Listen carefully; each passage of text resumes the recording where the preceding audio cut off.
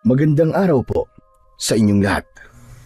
Ngayong araw na ito ay panibagong kwento na naman ng pakikipagsapalaran at pakikipaglaban sa mga nilalang ng dilim ang ating mapapakinggan.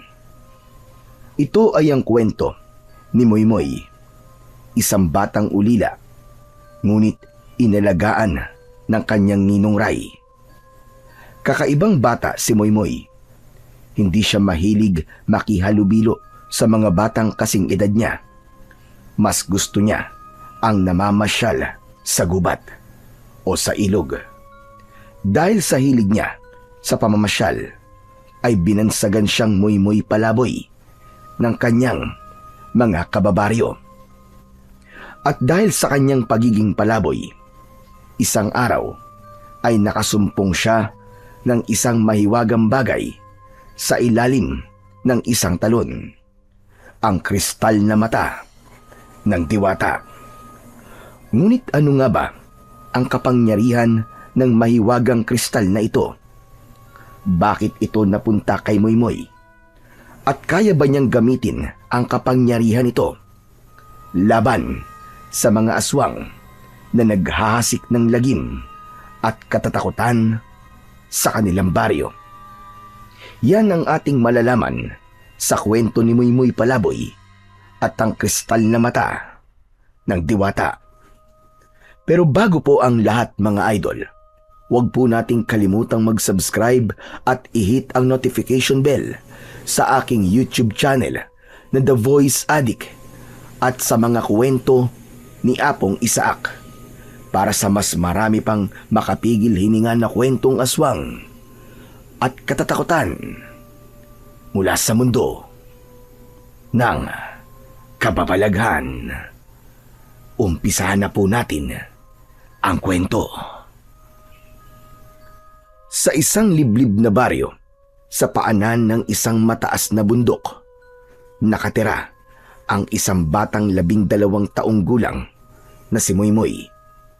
Masayahin siya, palatawa, at kilala sa kanilang lugar bilang Moymoy Palaboy dahil sa kanyang hilig na gumala kahit saan, sa ilog, sa gubat o sa bukid. Madalas siyang napapagalitan ng kanyang ninong Ray dahil halos araw-araw ay uuwi siyang putikan. May gasgas sa tuhod o di naman kaya ay sugatan dahil sa kakaakyat sa mga puno. Ano ka ba naman, Moymoy?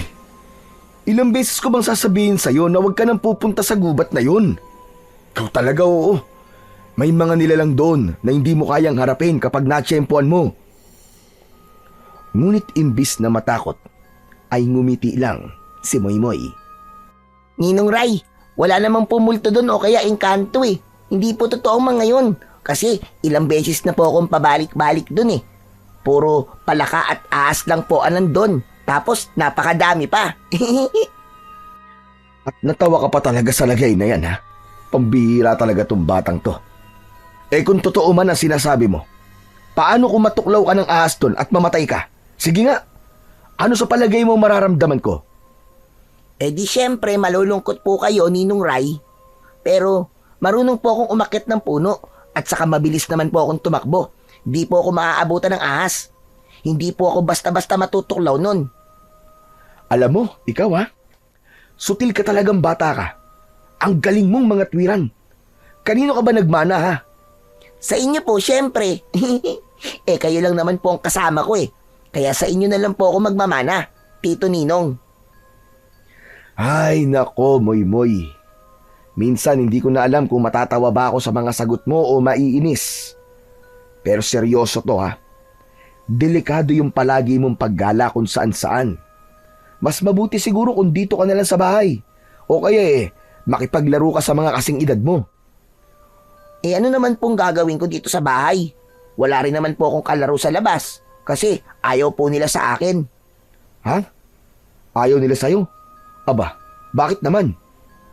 Kasi daw, wala akong mga magulang. Putok daw po ako sa buho. Saka madami sila sinasabi sa akin eh.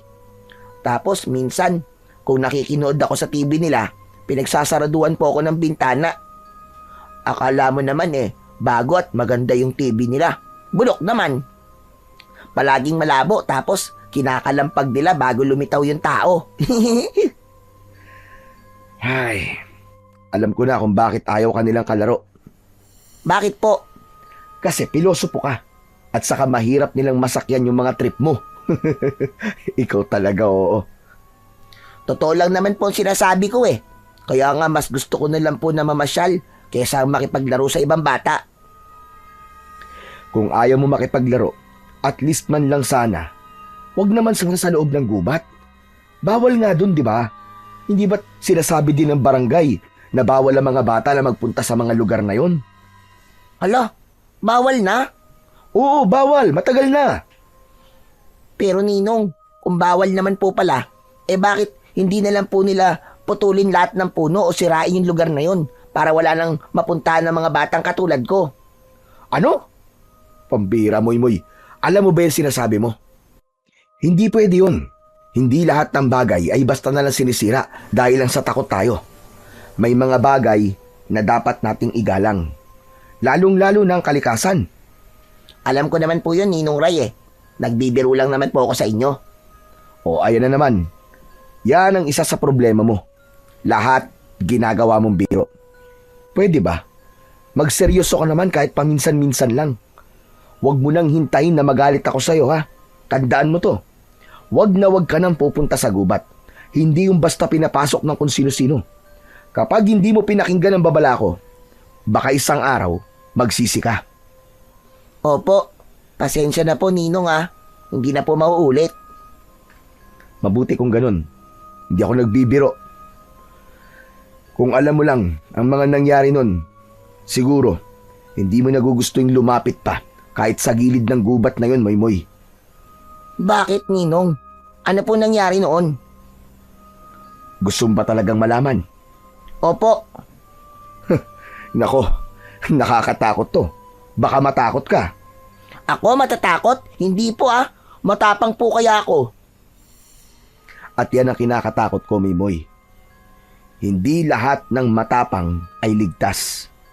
Minsan, yung matitigas ang ulo, sila ang unang napapahamak.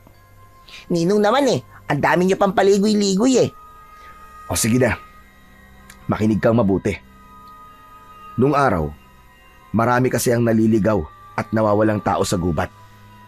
Bata, matanda, hindi na sila nakakabalik. Bakit hindi na po sila nakakabalik? Kasi may mga nilalang na nakatira roon. Mga nilalang na hindi mo pa kayang harapin. May nagsasabing aswang ang nakatira sa pinakaloob ng gubat. Yung iba naman sinasabing engkanto daw na nang-aakit ng tao para iligaw sa gubat. Talaga?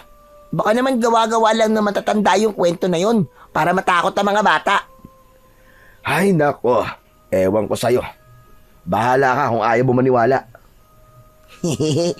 Kasi po, parang imposible naman po talaga Pero, sige na nga, Ninong. Hindi na po ako pupunta doon. Totoo yan, ha? Hindi mo na uulitin, ha? Promise, ha? Opo, promise. Sa ngayon. Aba, ikaw talagang bata ka. Hindi ka ba natatakot maski konti? Hindi po. Napailing na lamang si Ninong Ray. Sabay tayo para kumuha ng gulok. Sanay na siya sa katigasan ng ulo ng kanyang pamangkin. Sa kabila ng palabiro at masayahin ng bata, alam niyang puno ito ng kuryosidad at tapang. Mga katangiang maaaring magdala sa kanya sa kapahamakan kung hindi maaagapan. Lumapit siya sa pinto at tumingin saglit sa labas. Sa di kalayuan ay tanaw niya ang gubat na paulit-ulit niyang ipinagbabawal sa bata. Sa tuwing nakikita niya ang mga puno roon, ay bumabalik sa kanyang alaala ang mga nangyari noong bata pa siya. Mga pangyayari na di niya mabanggit kay Moymoy dahil nag-aalala siyang baka hindi matakot ang pamangkin, kundi baka lalong gustuhin ito ang katotohanan sa pangyayaring yon. Samantala si Moymoy naman ay umupo. Nakatingin sa kanyang Tito Ninong. Nakangiti siya, parang walang pakialam sa mga paalala. Lalabas na muna ako, Moymoy ha. Pupunta muna ako sa bukid para tignan yung mga pananim ko dun. May pagkain na nga pala dyan sa kusina. Kumain ka na. Huwag ka magpapagutom ha. Sige po, ingat po kayo, Tito Ninong. Si Ninong Ray ay isang binatang may matipunong pangangatawan. Maitim ang kanyang balat dahil sa kakaararo sa bukid. At kilala bilang isa sa mga pinakamalakas na lalaki sa baryo. Siya rin ang tumayong ama at ina sa kanyang pamangkin na si Moymoy. Namatay sa panganganak ang ina ni Moymoy. Samantalang ang ama naman nito na kapatid ni Ninong Ray ay nasawi sa isang aksidente sa bundok 1 taon na ang nakalipas. Samantala, pinilit naman ni Moymoy na manatili sa bahay nila ng araw na yon. Kumain siya. Gumawa ng mga gawaing bahay. Naglinis sa bakuran at nag-igib ng tubig. Ngunit ng bandang 3:00 na ng hapon, doon na siya nakaramdam ng inip. Dahil hindi sanay na walang ginagawa, lalo pa at mainit ang panahon, naisip niyang pumunta sa ilog para doon maligo. Sa ilog, may nakita siyang ilang kabataang naliligo din kagaya niya. Hindi niya nilapitan ang mga ito, bagkus ay nagtago siya sa isang malaking tipak ng bato at pinakinggan ang kanilang pinag-uusapan. Tungkol ito sa talon na makikita sa dulo ng ilog. Malapit ito sa mismong paanan ng bundok. Ayos ah, mukhang maganda nga doon. Hindi ko pa nararating yung talon na yon. Pero ang dami ko nang naririnig na sobrang ganda daw talaga doon. Makapunta nga. Total, maaga pa naman eh. Umahon siya sa ilog at nagsimulang maglakad. Matagal niya nang naririnig ang mga kwento tungkol doon. May mga nagsasabing sagrado ang talon, tahanan ng mga diwata. Ang iba naman naniniwalang nilikha yun upang maging daan ng mga kaluluwa patungo sa kabilang mundo. Ngunit para kay Moymoy, isa lamang itong mahiwagang lugar na gusto niyang tuklasin. Isang lugar na baka sakaling magbigay ng sagot sa lahat ng mga lihim na binabanggit ng kanyang ninong. Halos 1 oras din ang nilakad niya bago unti-unti niyang marinig ang malakas na lagaslas ng tubig sa talon. Pagkaraan pa ng ilang sandali, nakita niya na ang mismong talon. Halos mapanganga siya sa sobrang ganda ng tanawing kanyang nakikita. Ay, grabe! Ang ganda pala talaga dito! Isang mataas na talon ang nasa kanyang harapan. Bumabagsak ang tubig mula sa matataas na bato at nagiging usok at tila nagkakaroon pa ng mumunting baghari sa paligid ng talon. Lumapit siya sa gilid ng lawa. Hinubad ang kanyang tsinelas at marahang isinawsaw ang paa sa tubig. Ramdam niya ang lamig na dumampi sa kanyang balat. Unti-unti siyang lumusong hanggang sa ang tubig ay umabot na sa kanyang bewang.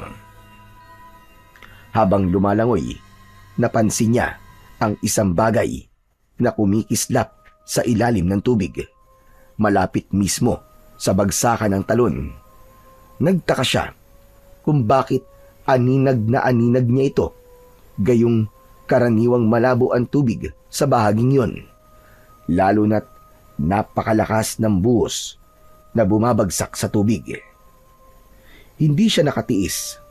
Sumisid siya. Kahit nahihirapan sa malamig at malakas na agos, ay hindi siya tumigil. Nang maabot niya ang ilalim, nakita niya ang isang bato na hugis mata. Kristal na may kulay na pinaghalong bughaw at ginto. Agad niya itong kinuha at pag-ahon niya sa tubig, hawak na niya ang kumikislap na bato. Mabilis siyang umahon sa pangpang. Hingal na hingal siyang napaupo sa batuhan habang maigpit ang hawak sa kristal. Mainit ito sa kanyang palad. Kinilabutan siya nung una. Parang may malamig na hangin na biglang gumapang sa kanya mula batok pababa sa kanyang gulugod. Ngunit kasabay nito ay naramdaman niyang parang may dumaloy na kakaibang lakas sa kanyang mga ugat. Ang panginginig sa lamig ay napalitan ng init. Biglang luminaw din ang kanyang paningin at ang bawat patak ng tubig mula sa talon ay parabang mabagal na bumabagsak. Maging ang kanyang pandinig ay naging mas malinaw. Naririnig niya ang huni ng mga ibon mula sa malayo at ang ugong ng hangin na parang nasa tabi lang niya. Kasabay nito, may marahang bulong na dumampi sa kanyang tenga. Tila sinasabi ang mga salitang hindi niya maunawaan. Kinilabutan siya. Agad niyang isinilid sa bulsa ang kristal bago siya tuluyang lumakad papalayo. Muli niyang pinagmasdan ang paligid. Sa pagitan ng malalaking puno, may dalawang pulang mata ang nakatitig sa kanya. Hindi niya alam kung tao ba yun o isang nilalang. Nanlamig ang kanyang katawan at bago pa siya lamunin ng takot, mabilis siyang tumakbo palayo sa lugar na yon. Pagdating niya sa bahay, ay nakita niyang nag-aabang sa may pinto ang kanyang Ninong Ray. Sinalubong siya agad nito at kitang-kita ang pagtataka sa mukha niya. At saan ka na naman galing ha, magaling na bata? Bakit basang-basa ka? Sa ilog po, Ninong. Naligo lang po. Sigurado ka? Bakit parang kinakabahan ka? Saka nabubulol? Nagsisinungaling ka ba? Ay, hindi po. Napagod lang po ako lumangoy. Sige po, Ninong, magbibihis na po ako. Hindi na niya binanggit ang nangyari sa kanyang ninong dahil baka pagalitan siya nito ng sobra kapag nalaman nito ang kanyang ginawa. Pagdating ng gabi, tahimik na pumasok sa kanyang silid si Moymoy. Pagkahiga niya sa banig, dahan-dahan niyang inilabas ang kristal. Hindi siya makapaniwalang nakasumpong siya ng ganung bagay sa ilalim ng talon. Pinagmasdan niya ito ng matagal. Iniikot sa kanyang palad, pinapatama sa kaunting liwanag na pumapasok mula sa maliit na bintana. Pakiramdam niya ay may sariling buhay ang kristal. Bawat kislap nito ay parabang kinakausap siya. Napangiti siya, ngunit sa likod ng ngiti na yon ay may halong kaba din na nararamdaman. Lalo na nang maalala niya ang dalawang pulang matang nakita niya sa gubat. Totoo kaya yung nakita ko kanina? Hindi kaya yun yung may-ari ng batong ito? Dahan-dahan niyang inilapit ang kristal sa kanyang muka. Mas malinaw niya na ngayong napapansin ang kakaibang hugis nito. Hindi lang basta kristal, kundi tila mata na may mga ugat na kumikislap sa loob. Bigla siyang kinilabutan. Hala, hindi kaya mata to ng engkanto? Natigilan siya nang makarinig ng sunod-sunod na katok sa pinto. Mabilis niyang itinago sa ilalim ng unan ang kristal. Moy! Sinong kausap mo dyan?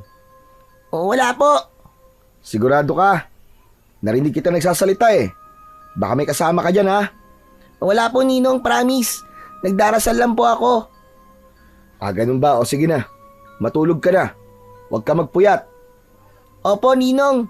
Sige po, matutulog na po ako. Nang wala na ang ninong niya, ipinikit na niya ang kanyang mga mata at natulog. Ngunit hindi pa man siya matagal na nakakatulog, ay bigla siyang nanaginip. Isang nilalang ang nagpakita sa kanya. Isang babae, napakaganda. Mahaba ang buhok na kulay ginto ang bawat hibla. Ngunit higit na nakatawag pansin ang isang bagay.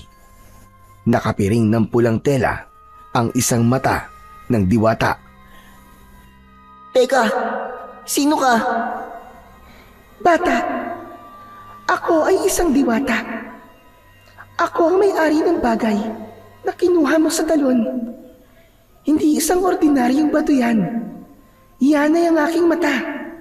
Ninakaw sa akin ng mga nilalang mula sa kadiliman. At ngayon ay ikaw ang nakasumpong. Nanlaki ang mga mata ni Moymoy sa sinabi ng diwata. Ano po? Mata niyo po? Tsaka diwata po kayo? Teka, hindi ko po maintindihan. Dahan-dahan ay inalis ng diwata ang pulang piring na nakatakip sa kanyang kaliwang mata at tumambad ang kabuang muka ng diwata. Sa kanyang kanang mata ay kulay bughaw ito, ngunit ang kaliwa ay butas, parang isang malalim na kawalan. Nang titigan ito ni Moymoy, pakiramdam niya ay nahulog siya sa isang malalim na bangin. Huwag kang matakot, bata. Hindi ako isang kaaway. Ako si Luwalhati. Masaya akong natagpuan mo ang aking mata.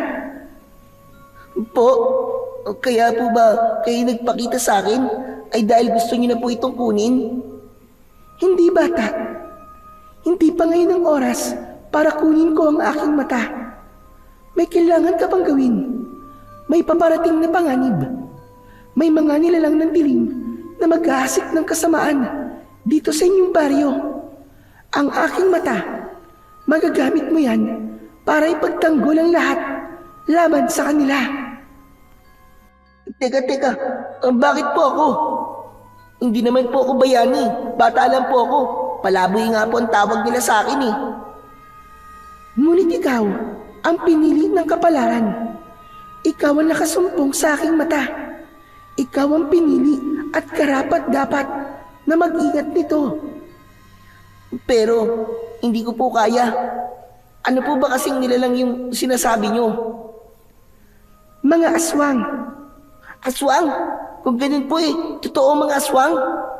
Totoo sila. Tulad ko. Tulad namin. Biglang nagsulputan ang iba't ibang klaseng nilalang na noon ay nababasa lang ni Moymoy sa mga kwento at alamat. Mula sa gilid ng diwata ay lumitaw ang isang kapre, matangkad at may hawak na nagbabagang tabako. Namumula ang mga mata nito, ngunit hindi nakakatakot ang kanyang mga titig. Umakyat naman sa tabi niya ang isang diwende, isang maliit na nilalang na may mahabang balbas at nakasuot ng sombrerong kulay luntian. Nakangiti ito sa kanya. Sumunod na lumitaw ay ang tikbalang na dumungaw mula sa bukas na bintana. Isang nilalang na kalahating tao at kalahating kabayo. Napalunok si Moymoy at halos hindi makapaniwala. Kapre? Diwende? Tikbalang? Lahat sila? Totoo? Tama ka, bata. Totoo silang lahat. At alam mo bang matagal ka rin nilang sinusubaybayan? Kilala ka nila at palagi ka nilang iniingatan kapag nagpupunta ka sa loob ng gubat. Natutuwa sila sa iyo, Moymoy. Ala, ganun po ba? Hindi ko po alam na may nakabantay sa akin. Palagi, Moymoy. Ngunit, mahal na diwata, hindi ko po kaya makipaglaban sa mga aswang eh. Ibinabalik ko na po sa inyo ang inyong mga mata. Uulitin ko sa iyo. Hindi pa oras, Moymoy. Kailangan mong hawakan at gamitin yan para iligtas ang inyong baryo laban sa mga aswang. Pero, paano po ako lalaban? Hindi naman po ako malakas eh. Hindi mo kailangan maging malakas, Moy. Ang kapangyarihan ng mata ay sapat na. Ang kailangan mo lang ay maging buo ang loob mo. Kailangan mong tanggapin ang responsibilidad kahit nakakatakot at kahit mahirap. Napabalikwas si Moymoy mula sa higaan. Pawis na pawis at hingal na hingal. Agad niyang sinilip ang ilalim ng unan. Nandoon pa rin ang kristal. Tinignan niya ang kabuuan ng kanyang kwarto. Wala na ang diwata. Wala na ang ibang nilalang na kasama nito. Ang naiwan, ang bukas na bintana na alam niyang nakasarado bago siya mahiga at matulog. Hala, anong gagawin ko? Ano ba kasi itong napasok ko? Lagot na. Dahan-dahan siyang bumangon at lumapit sa bintana. Sinilip niya ang labas, pero tahimik ang bakuran. May mga nakita siyang mga alitaptap na pinapalibutan ang isang puno. Walang tao, walang kakaibang nilalang. Ngunit hindi maalis kay Moymoy ang pakiramdam na may nakatingin sa kanya mula sa dilim. Mabilis niyang isinara ang bintana at isinuksok ang kahoy na pangsara. Bumalik siya sa higaan, ngunit hindi siya mapalagay. Kinuha niya muli ang kristal at pinagmasdan. Kumikinang ito kahit walang ilaw. Ikaw ang mata ng diwata. Pero bakit ka sa akin sumama? Bakit ako ang napili mo? Nang wala siyang nakuwang sagot, ay muli niyang ibinalik ito sa ilalim ng kanyang unan. Sana pagising ko bukas, wala na to. Sana, panaginip lang talaga ang lahat. Kinabukasan, maaga pa lang ay gising na si Moymoy. Hindi siya gaanong nakatulog dahil paulit-ulit na bumalik sa kanyang isip ang kanyang panaginip tungkol sa diwata at sa mga nilalang na nakita niya. Habang kumakain sila ng sinangag at pritong isda, napansin ni Ninong Ray na tahimik ang kanyang pamangkin. Hoy Moymoy, bakit ang tahimik mo ha? Kanina ka pa hindi nagsasalita. May masakit ba sa'yo? Wala po, Ninong. Hindi lang po ako nakatulog ng maayos kagabi. Ano? Bakit naman? Hindi ko po alam eh.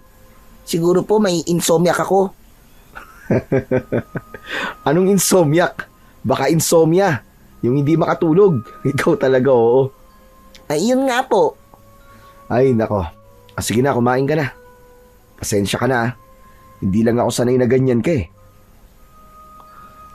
Tumango si Moymoy. Pero sa isip niya, ayaw niya munang ibahagi ang tungkol sa kristal. Baka pagalitan siya ulit o kaya naman ay baka kunin ito sa kanya at itapon. Pagkatapos kumain, ay lumabas siya ng bahay para bumili ng sabon sa tindahan at sigarilyo ng kanyang ninong. Narinig niyo na ba? May nawawalang kambing si Mang Celso kagabi. Kawawa nga eh. Iyak ng iyak kagabi. Oo, at hindi lang yun. Nawala rin ang mga manok ni na Aling Marta. Hinahanap nga nila eh. Mukhang nauuso na naman ang nakawan dito sa baryo natin ah. Kailangan may gawin na ang barangay dito. Kaya nga eh. Kailangan siguro na magbabantay at maglagay ng karpyo para naman kabahan yung mga lintik na magdanakaw na yan. Pero teka lang, sigurado ba tayong tao talaga ang nagnakaw sa mga hayop kagabi? Bakit Ismael? Sa palagay mo ba ay ano? Isipin mo ha, isang kambing at maraming manok. Mananakaw ba talaga yun ng ganong kadali lang? Lalo na yung mga manok, hindi ba't ang iingay nun? Ewan ko. Ano ba ang pinupunto mo? Hindi kaya hayop o aswang ang kumuha sa mga ito? Ay naku naman Ismael. Tigilan mo na nga yan. Huwag mong takutin ang sarili mo. Aswang-aswang. Manahimik ka. Paanong hindi ka matatakot? Eh di ba, sabi din na wala man lang naiwang baka sa mga magnanakaw. Ni walang ingay na narinig. Walang kumahul na aso. Aba, ano yun? Huwag kang magsalita ng mga ganyan. Nakakatakot yan, Ismael. Baka magdulot yan ng gulo sa baryo natin. Alam mo naman ng mga tao dito. Madali silang maniwala sa mga sabi-sabi. Hayaan na natin ang barangay na magresolba nito. Sa bagay. Pero paano kung totoong hinala ko? Lagot tayo. Hindi tayo makakalaban sa mga ganon. Habang patuloy na nag-uusap ang dalawang matanda, tahimik na nakikinig si Moymoy. Ilang sandali pa ay namalayan ng dalawa ang paglapit ng kapitan ng baryo. May dala itong baston at nakasuot ng sombrero. Pinakinggan nito ang usapan ni Mang Lando at Mang Ismael. At pagkatapos ay bigla siyang sumingit sa usapan. Sinabi niya sa dalawa na gagawa siya ng aksyon para maresolba ang problemang nakawan. Sinabi niyang magpapatawag siya agad ng pulong sa barangay. Plano niyang magtalaga ng mga magbabantay upang hindi na maulit ang insidente. Para sa kapitan, ordinaryong nakawan lang ito at walang kinalaman sa sabi-sabing aswang. Samantala, si Moymoy ay tahimik na umalis nang makuha ang kanyang pinamili at bumalik na ng bahay. Totoo kaya yung sinabi ni Mang Ismael?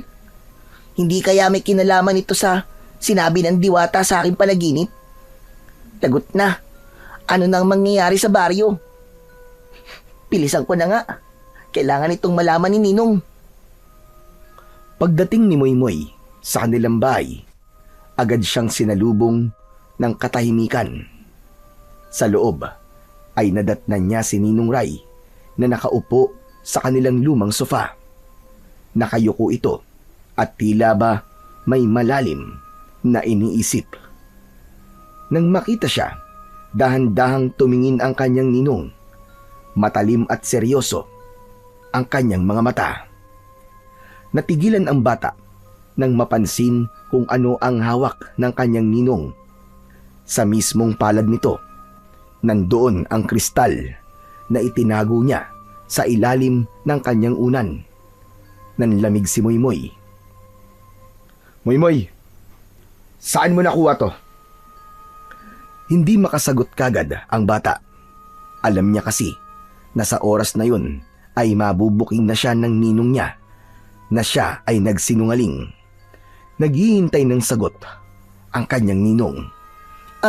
Ano po kasi, nakita ko po yan sa ilog nung naligo ako. Nagandahan po ako kaya kinuha ko po. Magsabi ka sa akin ng totoo, Moymoy. Alam ko ang tungkol sa bagay na to. Po? Isang tanong pa, Moymoy. Saan mo nakuha ang mata ng diwata? Ninong, dun po sa may talon po. Halata ang pagkadismaya sa muka ng lalaki nang umamin na si Moymoy. Napagtanto nitong matigas pa rin talaga ang ulo nito at patuloy pa rin sa kanyang paggala maski palagi niya itong sinasabihan. Kasabay ng kanyang pag-amin ay ang sunod-sunod na pagbuntong hininga ni Ninong Ray. Kita ni Moymoy ang biglang pagbagsak ng balikat ng kanyang tito Ninong, pati ang pagkadismaya sa mukha nito. Mariin ang pagkakakuyom ng kamao nito. Halatang pinipigilan ang sariling inis at galit. Napagtanto nitong lumabag na naman ang bata sa bili nito. Paulit-ulit na pinagsasabihan na huwag gumala sa gubat, ngunit hindi ito nakikinig. Muli, napailing ang lalaki. Matigas talaga ang ulo mo, no? Ilang beses na kitang sinabihan na huwag ka nang lumapit sa gubat. Huwag kang lumayo dito sa baryo. Hindi mo alam ang panganib na nandoon. Napanganga si Moymoy. Gusto niyang mga tuwiran, pero pinigilan niya ang kanyang sarili. Alam niyang galit na ang kanyang ninong at hindi yun ang tamang oras para siya ay mamiloso po. Bakit mo to kinuha? Hindi mo alam kung anong sumpa ang kaakibat niyan. Hindi ko naman po basta kinuha yan eh. Ang sabi po sa akin ng diwata, ako daw po ang pinili. Ako daw po may karapatang mag-ingat ng bagay na to, lalo na't may paparating daw pong panganib. Ano? Diwata? Anong sinasabi mo? Yung diwata po, na nagmamay-ari po ng mata. Kinausap niya po ako sa aking panaginip. Mukha naman pong hindi siya masama para bigyan niya po ako ng sumpa dahil po sa bagay na to. Hindi. Mabuti pa samahan mo ko. Ibabalik natin to dun sa may talon. Ninong, sabi po ng diwata hindi daw po pwede. Kasi may mga darating na aswang. Kung ibabalik natin to sa ilog, paano tayo lalaban sa mga aswang na yun? Hindi mo naiintindihan eh. Ang mata ng diwata, kapag hawak mo yan, para ka na rin nagbukas ng pinto para makita ang lahat ng nilalang, mapaliwanag man o dilim. At kapag nalaman ng mga nilalang ng kadiliman na ikaw ang may dala niyan, hindi ka nila titigilan. Susundan ka nila saan ka man magtago. At hindi lang ikaw ang mga nganib, pati na ang buong baryo. Kaya dapat nating isauli yan bago mahuli ang lahat. Tumayo ang lalaki. Hawak pa rin ang kristal. Naglalakad siya papunta sa pintuan. Ngunit bago pa man makalabas, hinawakan niya ang kamay ng kanyang ninong. Pinilit na bawiin ang kristal. Hindi, Ninong. Hindi ko po pwedeng ibalik yan. Baka ito lang po ang tanging paraan para mailigtas natin ang lahat. Kung wala po tayo nito, paano po natin lalabanan ng mga aswang? Hindi mo tungkulin ang lumaban, Moymoy. Bata ka pa. Hindi mo dapat pasan ng ganito kabigat na responsibilidad. Pero Ninong, kung hindi po ako, sino po? Paano kung walang ibang magtatanggol? Hindi ba mas lalo tayo mapapahamak kung wala itong kristal sa atin? O sige, kung ayaw mong ibalik yan, sige, wag nating ibalik. Pero kaya mo ba talaga? Paano kung maraming aswang ang biglang sumugod dito sa bahay? Kaya mo ba silang labanan? Kaya mo ba silang harapin ng mag-isa? Natahimik si Moymoy sa sinabi ng kanyang tito Ninong. Wala siyang maisagot. Alam niyang tama ang ninong niya. Wala siyang sapat na lakas para lumaban. Hinawakan ni Ninong Ray ang balikat ng kanyang pamangkin.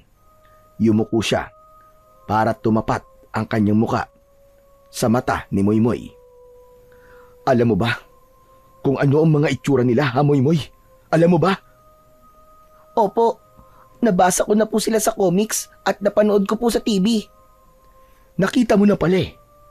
Isipin mo kung makakakita ka ng ganun. Kaya mo ba? Ganun ka na ba talaga katapang para harapin ang mga kampo ng kadiliman? Nanlaki ang mga mata ni Moymoy dahil sa matinding kaba. Nagpatuloy ang kanyang ninong. Mababa ang tinig. Pero alam mo bang, hindi naman sila katulad ng nasa kwento. Hindi sila basta may pakpak lang o matutulis ang mga ngipin. Yung mga yun, kapag nakita ka, wala silang ibang iisipin kundi ang kainin ka, ang patayin ka. Hahatiin ka nila at lalamunin ang laman mo.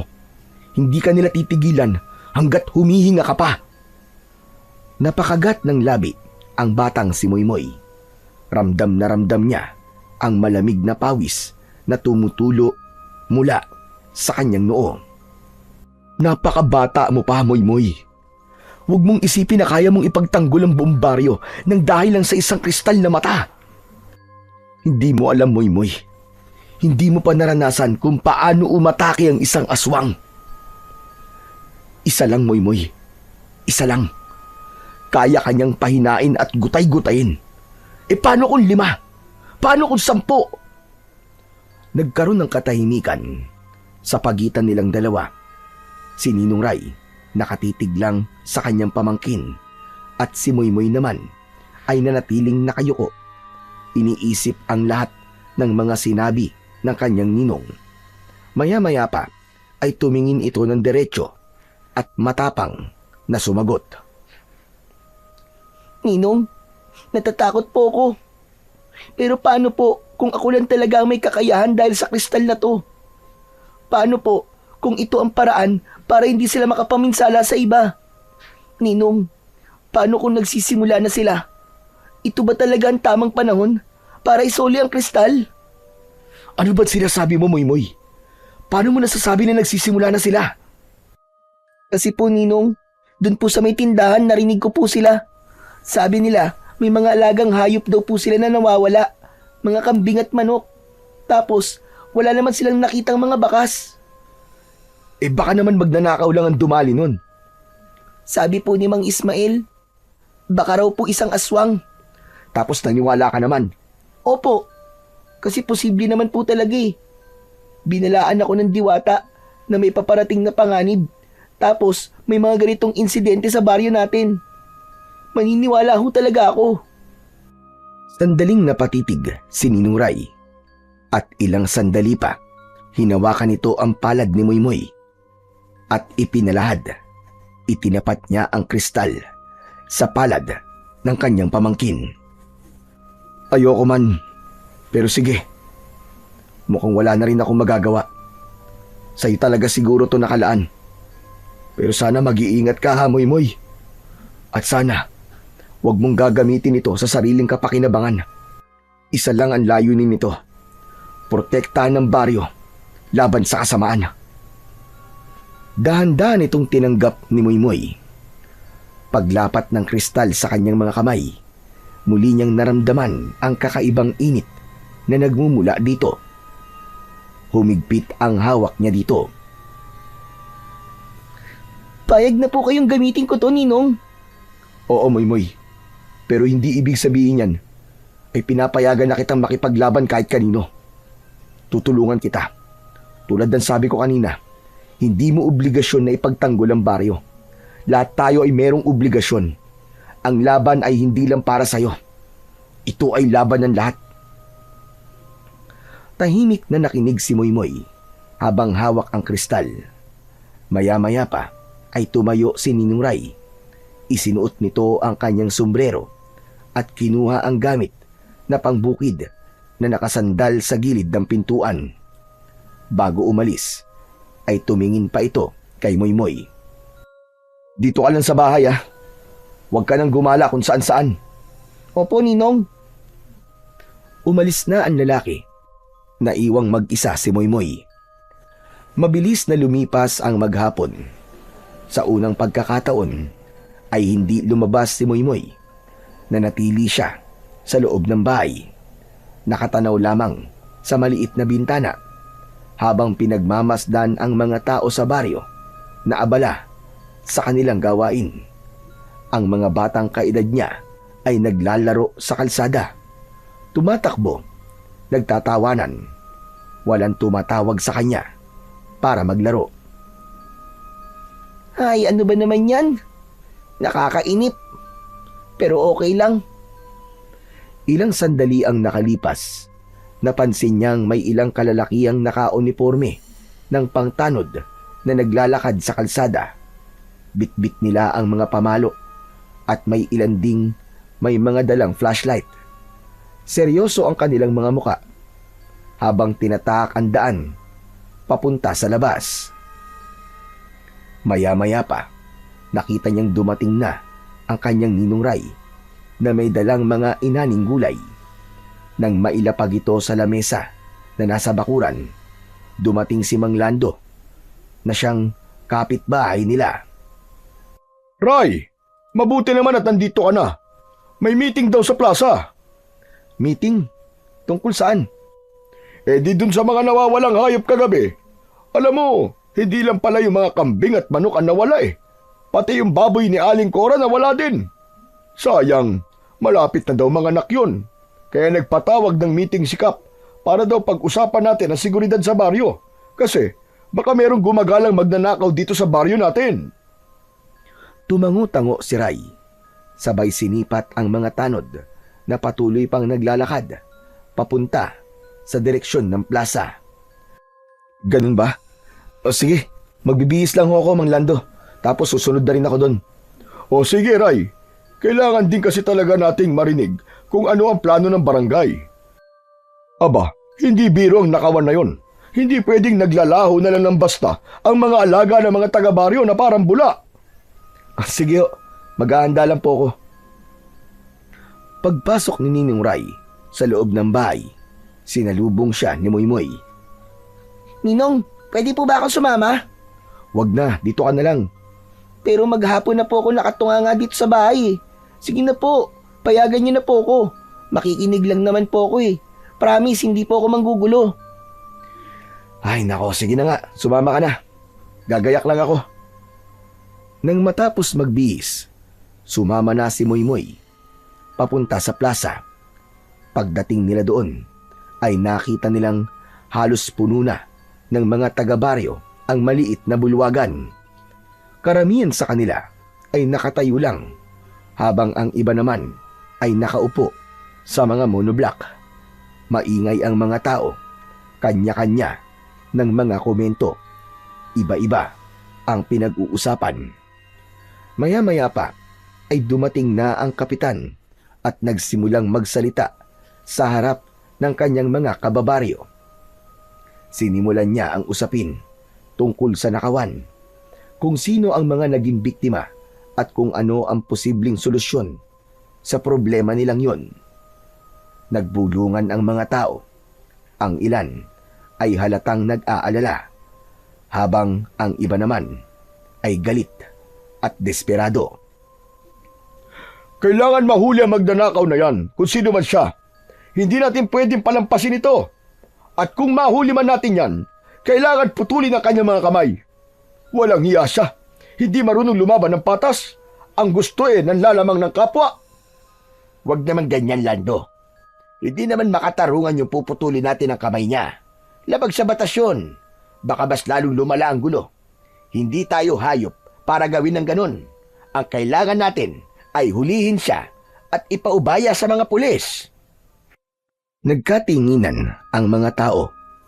May ilan na pumayag sa sinabi ni Mang Ismael, ngunit meron ding mga sumang-ayon kay Mang Lando. Nagsimula na namang umugong ang ingay sa bulwagan. Kanya-kanya sila ng opinyon. May isang tatay na nagsalita mula sa dulo ng bulwagan at sumang-ayon kay Mang Lando.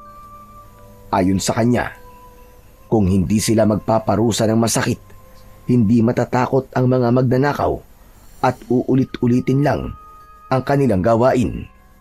Pero agad itong tinutulan ng isa pang matanda na nagsabing hindi dapat dumaan sa dahas ang baryo. Habang patuloy ang pagtatalo, nanatili lang sa gilid si Moymoy, nakikinig at nakatitig sa mga nagsasalita. Nararamdaman niyang tumitindi ang tensyon sa bulwagan. Ang ilan ay galit, ang iba na may takot, at meron ding ayaw na makisali. Sa bandang unahan, muling nagsalita ang kapitan upang pakalmahin ang lahat. Ipinaliwanag niya na ang layunin ng pulong ay hindi para mag-away-away sila, kundi para magtulungan at magkaisa. Binigyang diin niyang kailangan nilang magbantay at magtulungan upang maiwasan ang susunod pang pagkawala ng mga alaga. Unti-unting natahimik ang mga tao, bagamat halata pa rin ang pagkadismaya at pagkabalisa sa kanilang mga muka. Si Moymoy, habang nakikinig, ay mas lalong nakaramdam ng kaba. Sa kanyang isip, naalala niya ang babala ng diwata. Ang pagkawala ng mga hayop ay baka hindi lang gawa ng magnanakaw, kundi ng mas malalang nilalang. Nagpatuloy ang kapitan sa pagpapaliwanag ng mga plano. Iminungkahi niyang magtulungan ang bawat pamilya, mag-ambag ng ilaw o kahit simpleng tansan na may pisi para magsilbing alarm kapag may gumagalaw sa bakuran. Sa tabi, may ilan na pumayag at nagbigay ng kanilang suwestyon. May iba namang hindi kumbinsido at nagkibit balikat lang. Tila wala ring tiwala na may mangyayari. Oh, bakit ganyan ang mga reaksyon nyo? Ano, wala kayong pakialam sa nangyayari sa baryo? O sige, paano kung kayo manakawan? Tapos kami ang magkibit balikat at hayaan lang kayo. Aba, nasa iisang baryo lang tayo. Dapat magtulungan tayo sa problema na to. Tama si Mang Lando. Kung hindi natin ito aayusin, baka pati mga bahay na natin pasukin. Kaya nga, lahat tayo magtulungan. Huwag nating iasan lahat ng trabaho sa mga tanod at sa barangay. Tama si Mang Ismael. Kaya makinig kayo kay Kapitan. Kung gusto nating masolusyonan kaagad to, kailangan nating magtulungan.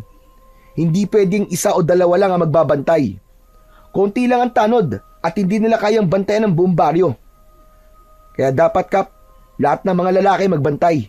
Magkaroon tayo ng schedule, palitan sa pagbabantay sa gabi. May ilang napailing at hindi sang-ayon sa sinabi ni Ray. Karamihan sa kanila ay sinabing may mga anak sila na kailangan bantayan, lalo na sa gabi. Ang iba naman ay may trabaho tuwing umaga, kaya hindi pwedeng magpuyat. Kanya-kanya na ng dahilan ang mga ayaw makiisa. Pwede naman pong hatiin eh. Bawat kanto po ng baryo may tig-dalawa lang. Hindi naman din kailangan lahat magdamag.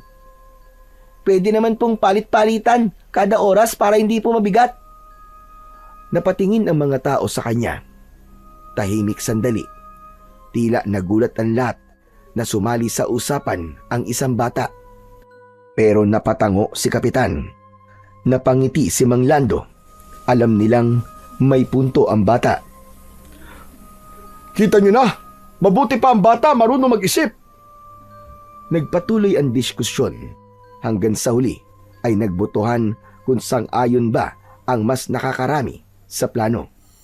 Isa-isang nagtaas ng kamay ang mga lalaki bilang tanda ng kanilang pagpayag. Ang mga kababaihan naman ay nagsabing handa silang maghanda ng kape o pagkain para sa mga nakatoka.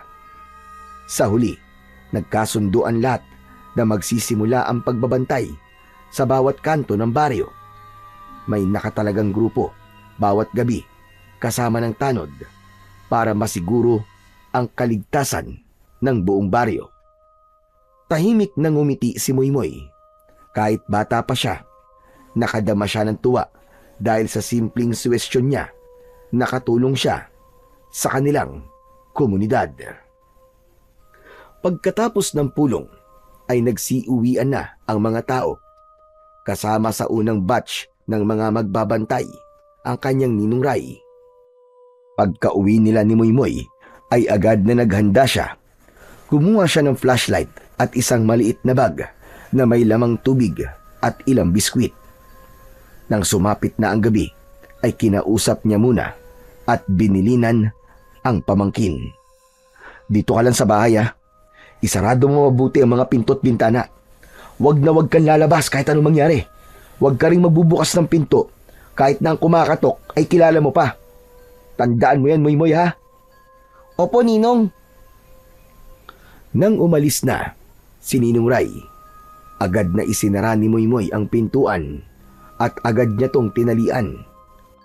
Sinigurado niyang walang kahit na ano na nakabukas. Pagkatapos, saka siya pumasok sa kanyang silid. Inilagay niya sa ilalim ng kanyang unan ang kristal at saka nahiga. Samantala, sa labas naman ay seryosong nakaupo ang dalawa, si Mang Lando at Ninong Ray. Nasa kanto sila, malapit sa isang puno ng akasya. Madilim ang paligid, tanging ilaw lang ng malamlam na poste ang nagbibigay ng liwanag sa kanilang pwesto. Hanggang sa nagbukas ng usapan si Mang Lando. Paano kapag tayo nakahuli sa magnanakaw? Anong gagawin natin? Alam mo, para sa akin, dapat turuan talaga siya ng leksyon eh. Hindi pwedeng palampasin ang pamimerwisyo niya. Kung ako lang ang masusunod, bubugbugin natin yun para matakot. Tama-tama. Maganda at ikaw ang nakapartner ko. Alam ko naman ang reputasyon mo dito sa baryo. Ngayon mo patunayan ang sinasabi nilang ikaw ang pinakamalakas dito sa baryo. Mang Lando naman, sino po ba nagsabi sa inyo niyan na ako ang pinakamalakas? Hindi naman totoo yun eh. Sabi-sabi lang yon. Saka maski ako ang pinakamalakas, hindi ko gagawin ang sinasabi nyo. Naniniwala ako na hindi dapat daanin sa dasto. Kung magnanakaw man siya, dapat sundin natin ang proseso. Hindi natin trabaho ang manakit. Sus, duwag ka naman pala eh. Hindi ako duwag man, Lando. Para sa akin kasi, mahalaga na pairalin ang tama. Kapag nagkamali tayo ng desisyon, tayo ang mananagot. Hindi na nagsalita pa si Mang Lando. Nanahimik silang dalawa at nagpatuloy sa pagbabantay. Paminsan-minsan ay dumadaan sa harap nila ang mga rumurondang tanod. Samantala, sa bahay ay nakatulog na si Moymoy. Mahimbing na ito, ngunit maya-maya pa ay bigla siyang nagising nang makarinig ng kakaibang yabag mula sa bakuran. Dahan-dahan siyang bumangon at pinakiramdaman ang paligid. Malinaw sa kanya na hindi yun ordinaryong mga yabag at hindi din galing sa tao. Ano kaya yun? Maya-maya ay napagtanto niyang ang tunog ay kawig ng yabag ng kabayo. Mas lalo siyang kinabahan nang maramdaman niyang tila nasa mismong harap ng kanyang bintana ang nilalang. Kinuha niya ang kristal at mahigpit niya tong hinawakan. Lumapit siya sa bintana, ngunit biglang natigilan nang makita ang paggalaw ng bintana. Napaatras siya at sisigaw na sana, pero natigilan siya nang makita kung sino ang naroon. Isang tikbalang. Sinabi nito sa kanya na ipinatatawag siya ng diwata sa talon. Ngayon na? Hindi ba pwedeng bukas na lang? Magagalit kasi ang ninong ko kapag nalaman niyang sinuway ko na naman siya eh. Umiling ang tikbalang at sinabing wala na silang ibang oras. Kailangan nilang pumunta sa talon dahil yun ang utos ng diwata. Sa bandang huli, napapayag siya. Umakyat siya sa likod ng tikbalang at mahigpit na kumapit. Tahimik silang umalis ng bakuran at naglakad ang tikbalang sa kalsada. Halos yumuko siya nang makita si Mang Lando at ang kanyang ninong Ray. Sandali lang. Huwag tayo dyan dumaan. Makikita ako ng ninong ko eh. Malalagot ako doon. Ngunit nagpatuloy lamang ang tikbalang at parang hindi siya narinig. Pero nang dumaan na sila mismo sa harap ng dalawa, ay parang wala silang nakita. Ni hindi nila naramdaman ang kanilang presensya. Makalipas ang ilang sandali, narating na nila ang talon. Lalong namangha si Moymoy. Ibang-iba ang anyo nito sa gabi. Ang mga puno sa paligid ay nagliliwanag dahil sa napakaraming alitaptap na umaaligid. At sa likod ng mga punong ito, doon lumitaw ang diwata. Oras na para magsanay ka. Malapit na ang laban. Ang mga aswang ay naririto na at nagsimula na magasik ng lagim. Kailangan mo matutunan kung paano palakasin at gamitin ang kapangyarihan ng aking mata. Nandito na po ang mga aswang. Kung ganun, sila nga po ang dahilan ng mga pagkawala ng hayop dito sa lugar namin. Tama ka. Sila nga ang may gawa nun. Totoo po ba ang sinasabi nyo?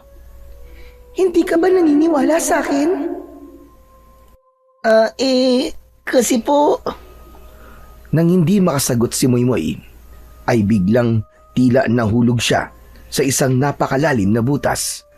Naramdaman niya ang biglaang paghila sa kanyang katawan pababa. Umikot ang kanyang paningin. Halos mahilo siya sa bilis ng pagbabago ng paligid. Hanggang sa isang kisap mata lang, nag-iba ang lahat. Nasa loob na sila ng madilim na gubat. Agad niyang naamoy ang mabahong amoy na parabang amoy ng nabubulok na karne. Mula sa hindi kalayuan ay narinig niya ang malinaw at kakaibang tunog ng pagnasab at malalim na pag-ungol. Dahan-dahan siyang tumingin sa direksyon ng ingay at nanlaki ang kanyang mga mata sa kanyang nasaksihan. Diyos ko po! Mga aswang! Ang dami nila! Tama ka. Yan ang mga aswang na nagasik ng gulo at katatakutan sa baryo nyo. Natakot si Moymoy, lalo na nang mapagmasdan niyang mabuti ang mga ito.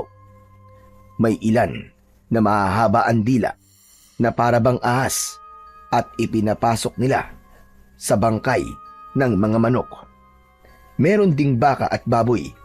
Ang iba naman ay may mga pakpak na malalaki at kulubot, nakasampay sa mga sanga at nanginginain ng pinilas na laman ng kanilang biktima.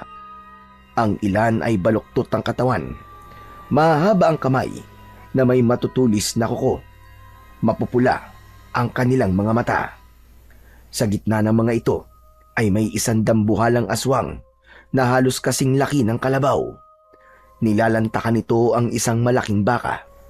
Nilalapa nito ang laman, dinudurog ang mga buto at nilulunok na parang wala lang. Napaatras si Moymoy at halata sa kanya ang bagyang panginginig dahil sa nerbiyos at takot. Huwag nang matakot. Hindi nila tayo nakikita at narinig. May kakayahan akong maglaho sa kanilang paningin. Kaya't para sa kanila, wala tayo rito. Talaga po? Siguro kaya hindi ako nakita nila Ninong kanina kasi may kapangyarihan din taga-Bulagan Tikbalang. Oo naman. Meron din siya. At ikaw, kaya mo din. Ngayong nasa iyong aking kristal na mata, lahat ng kapangyarihang meron ako ay magiging kapangyarihan mo din. Kaya mong gawin ito. Kaya mong maglaho sa paningin ng sinuman. Wow! Ang galing nun kung sakali! Kaya nga dapat mong matutunan kung paano gamitin ng tama ang kristal. Napakurap si Moymoy. Hindi siya makapaniwala sa narinig. Nilingon niya ang mga halimaw na patuloy sa kanilang paglamon at muling bumaling sa diwata. Sige po, turuan niyo po ako kung paano gamitin ang tama ito. Mabuti naman. Pero itong tatandaan mo, ang laban na iyong kakaharapin ay hindi isang laro. Ang bawat pagkakamali mo, maaari mong ikapahamak at ng inyong baryo. Tahimik na tumango ang bata. Muli, kumpas ang diwata at sa isang iglap, muling naramdaman ng bata ang biglang tila pagbulusok paibaba. Nahilo siya at sa sandaling imulat niya ang kanyang mga mata. Naroon na sila ulit sa tabi ng talon. Nakita niyang naroon ang mga kasama nilang Tikbalang at Kapre. Ngayong handa ka na, bata. Simulan niyo na ang pagsasanay. Lumapit ang Tikbalang at ang Kapre. Sila ang nakatakdang magsanay kay Moymoy. Ngunit bago sila magsimula, may inabot sa kanya ang Tikbalang. Isa itong kwintas na yari sa baging. May maliit itong sisidlan sa gitna. Sige, kunin mo ang kwintas na ibinigay niya. Ilagay mo dyan ang kristal. Sige po. Dahan-dahan itong ginawa ni Moymoy. At sa sandaling lumapat ang kristal sa sisidlan, agad itong nagningning ng matindi. Ang liwanag nito ay halos bumalot sa kanyang katawan. Sa harap niya, may hugis na unti-unting nabuo at nang mawala ang liwanag, isang sibat ang naiwan. Kumikinang ito na kulay ginto. Halos kasing taas niya ito at sa dulo ay may matulis na talim. Nanlaki ang mga mata ng bata. Dahan-dahan niyang inilapit ang kanyang mga kamay.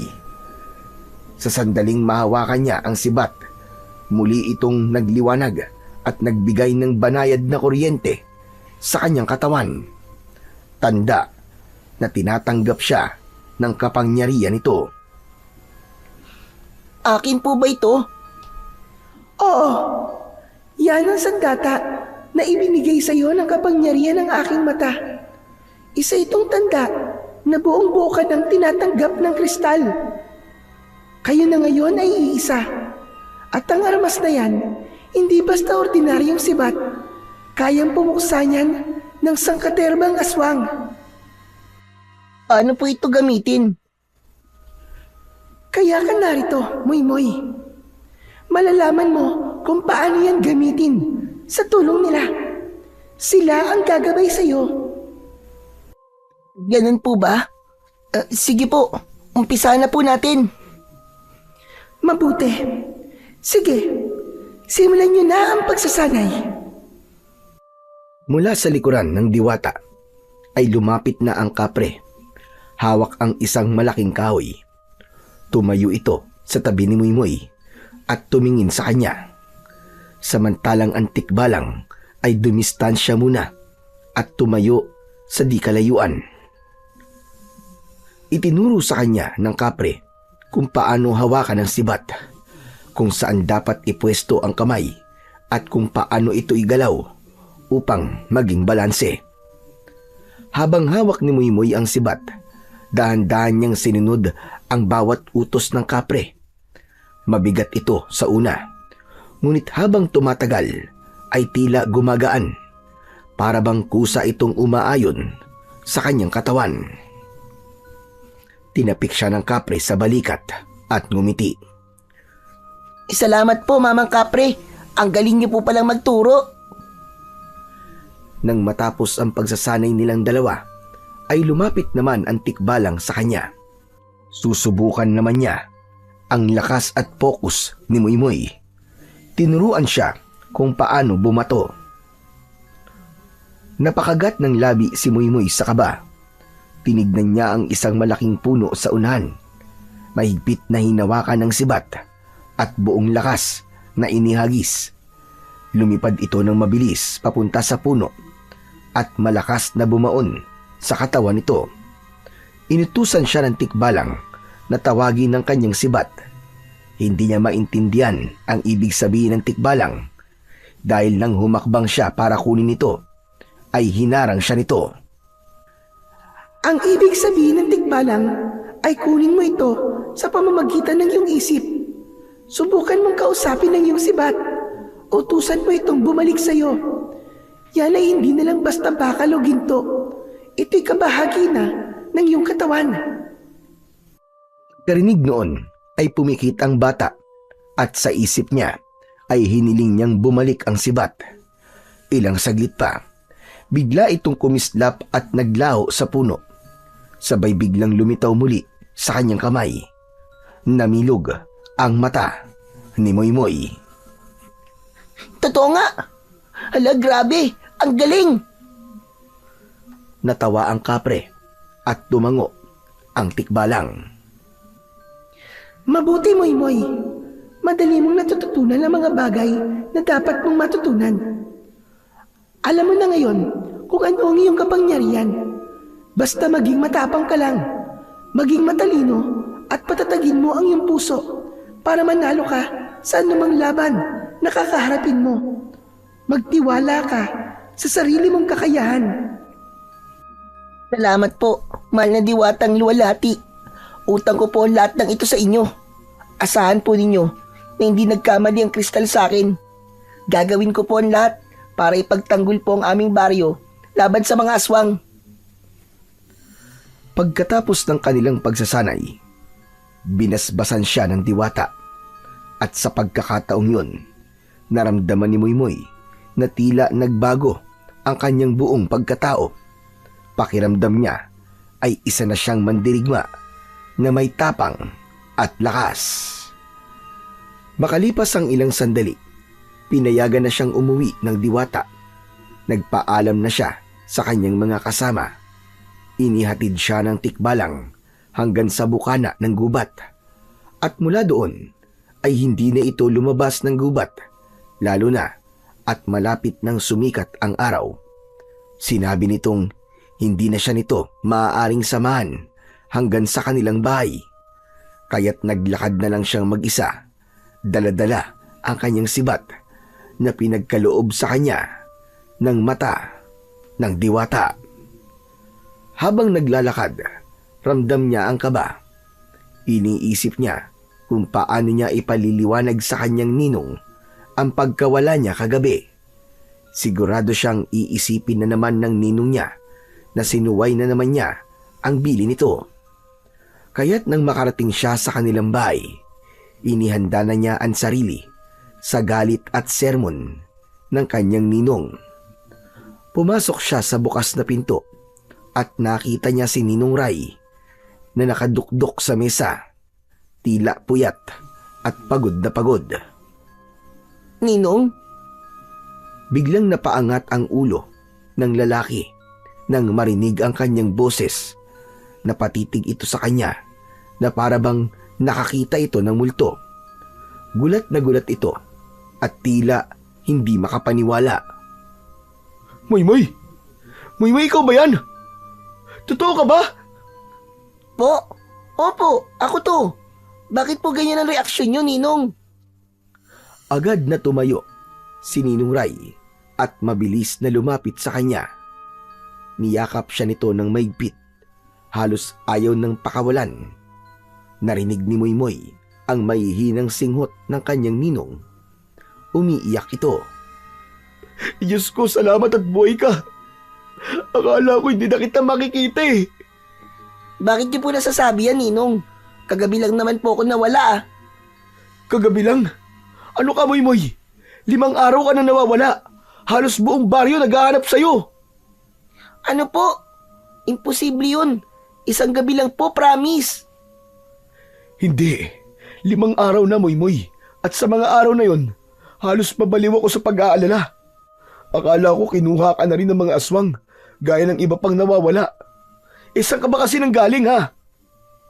Sinundo po kasi ako ng tikbalang tapos pumunta po kami sa talon. Nagsanay po kami kung paano gamitin ang kristal na mata ng diwata. Talaga? Kaya pala, kung ganun, ay dinala ka nila sa mundo nila. Kaya ang akala mo ay isang gabi ka lang na nawala. Pero ang totoo, iba ang oras sa mundo nila kesa dito sa atin. Ang isang gabi mo doon, inabot na ng 5 araw dito. Kaya grabe, malala ang pag-aalala ko sa'yo, Moy. Teka, ano ba yung hawak mo? Ibinigay ni Moymoy sa kanyang ninong ang sibat at nang mahawakan ito ni Ray, napatitig siya sa sibat. Namutla at saka muling napaluwa.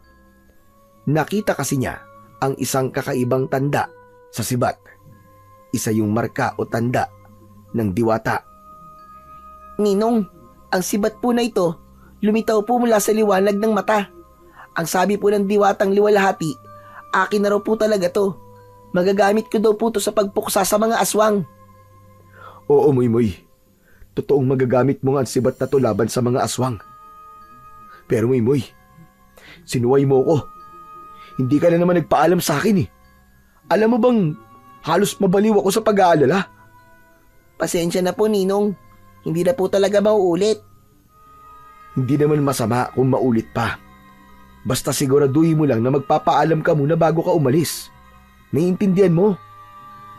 Talaga po, Ninong. Pinapayagan niyo na po ako. Oo, pero tulad ng sinabi ko sa'yo, ipaalam mo naman sa akin lahat ng kilos mo. Maliwanag ba? Opo, Ninong. Maliwanag na maliwanag po.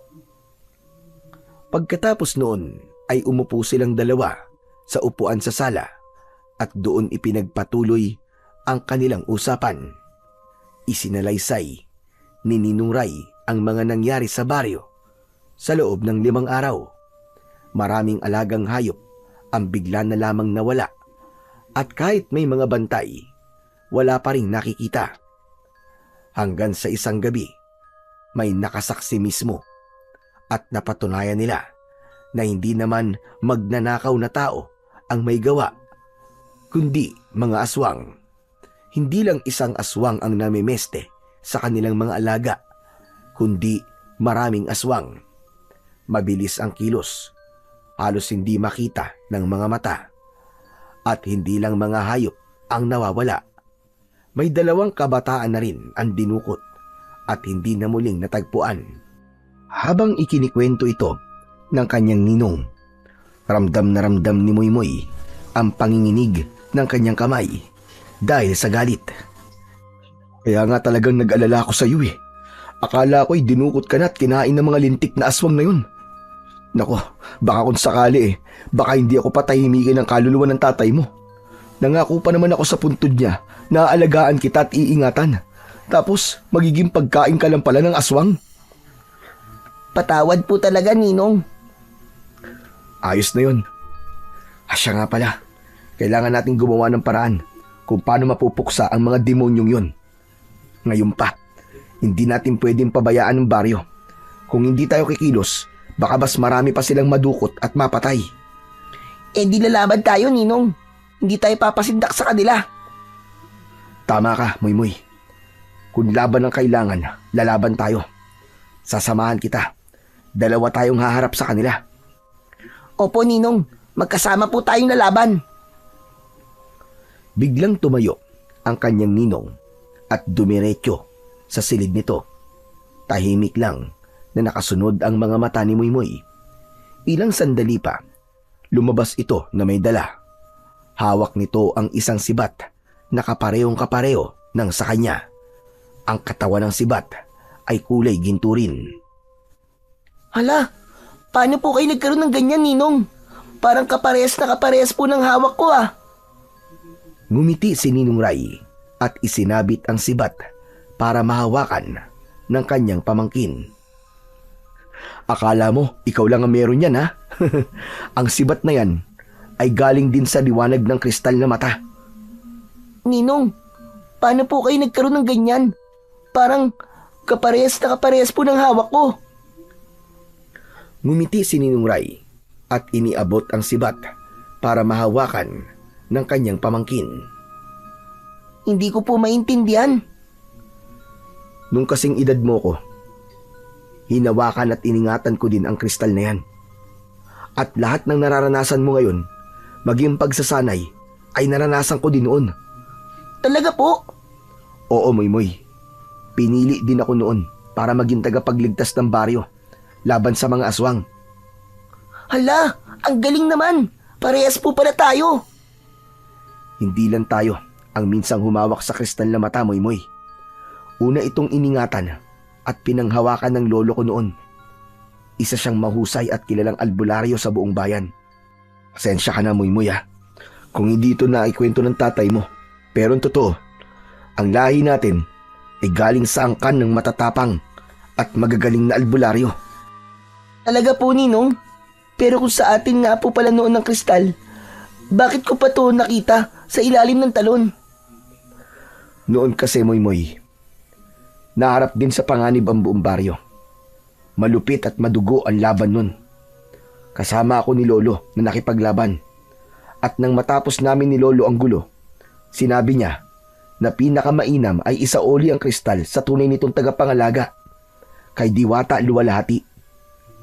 Ganun po ba? Oo. Alam mo kasi, paulit-ulit lang ang ikot ng kasaysayan ng kristal na mata. Kung ano ang naranasan mo ngayon, halos ganun din na nangyari sa akin at sa lolo ko.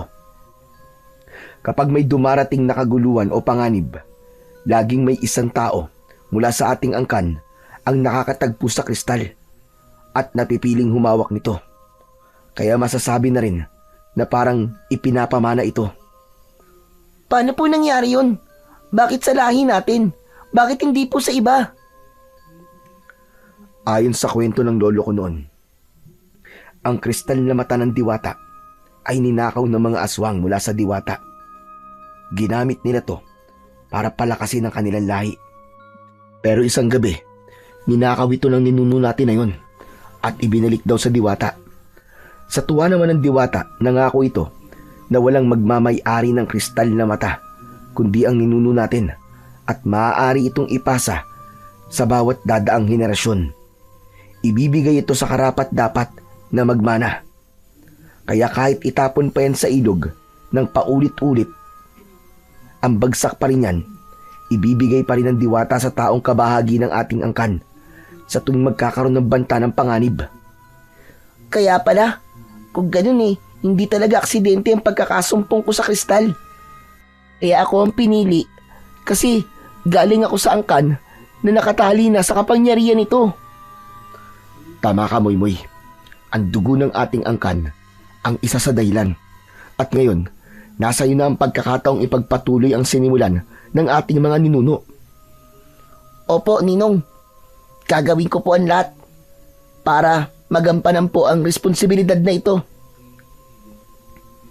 Nagpatuloy pa ang kwentuhan nila. Masayang inalala ni Ninong Ray ang nakaraan. Noong kabataan pa lang niya. Alam mo ba, na hindi lang ang diwata ang kakilala ko. May naging kaibigan din ako noon na isang tikbalang, isang kapre at isang diwende. Mababait ang mga yon, pero mahilig sa kalokohan. Madalas kaming magbiruan. Kung minsan pa ay nagpapaligsahan pa kami ng lakas at abilidad. Oo nga no, kumusta na kaya ang mga yon? Totoo po, naging kaibigan niyo sila. Oo, bakit? Baka po sila yung nagsanay sa akin. Kaya pala mababait din sila sa akin at hindi ako tinatakot. Matagal ko na silang di nakikita. Kumusta na ba sila?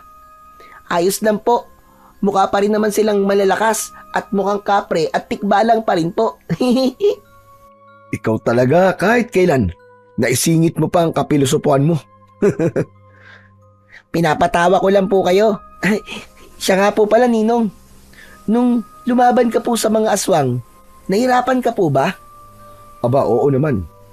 Kaya nga halos ayaw ko rin talaga na pati ikaw magmana pa niyan Kasi mahirap talaga makipaglaban, lalo na kung madugo. Sa tingin niyo po ba'y kakayanin ko, Ninong? Hinawakan ni Ninong Ray ang kanyang balikat at tumitig ng diretsyo sa kanyang mga mata. Kakayanin mo, Moymoy. Hindi ka nag-iisa. Tandaan mo, habang humihinga pa ako, hindi kita iiwan. Ang mga aswang ay malalakas, mabilis at mapanlinlang. Pero kakayanin mo sila, Moymoy. Sigurado ako dyan. Pagtiwala ka lang sa sarili mo at taglay mong kapangyarihan. Opo, Ninong. Sige po, tatandaan ko po ang lahat ng sinabi niyo. Magtiwala sa sarili. Ngumiti si Ninong Ray. Ngunit bago pa man ito ulit makapagsalita, ay dumating si Mang Lando. Hingal na hingal ito at pawis na pawis. Medyo nanginginig din ang katawan. Tao po! Tao po! Ray!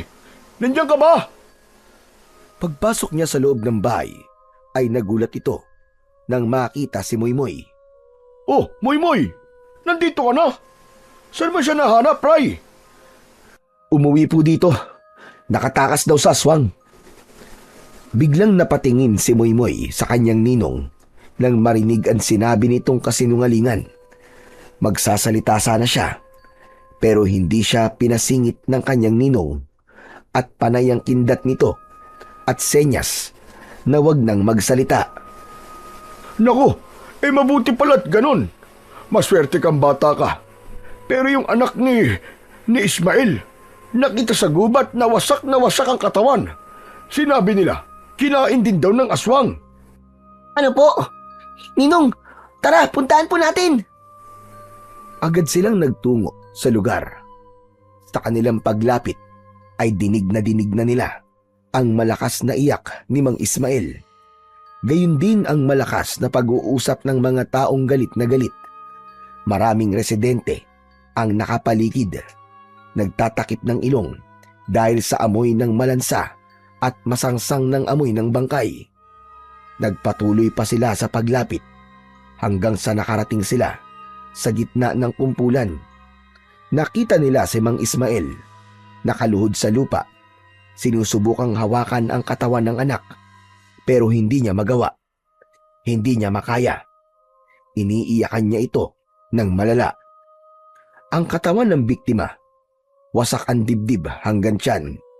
May bakas ng kagat sa leeg at nilapa ang lahat ng laman. Anak ko! Diyos ko, bakit ganito? Anong kasalanan namin? Sino may gawa nito sa anak ko? Anak, gumising ka. Hindi ka maaaring mamatay. Anak ko! Lumapit si Mang Lando kay Mang Ismael. Nangingilid ang luwa pero pilit na pinapatatag ang sarili. Ismael, tama na. Tanggapin mo na. Wala na ang anak mo. Kailangan natin siya mailibing ng maayos bago patuluyang... Tumahimik ka! Hindi ko kailangan ng awa nyo. Sinong may gawa nito? Sino? Magbabayad kayo! Mga demonyo!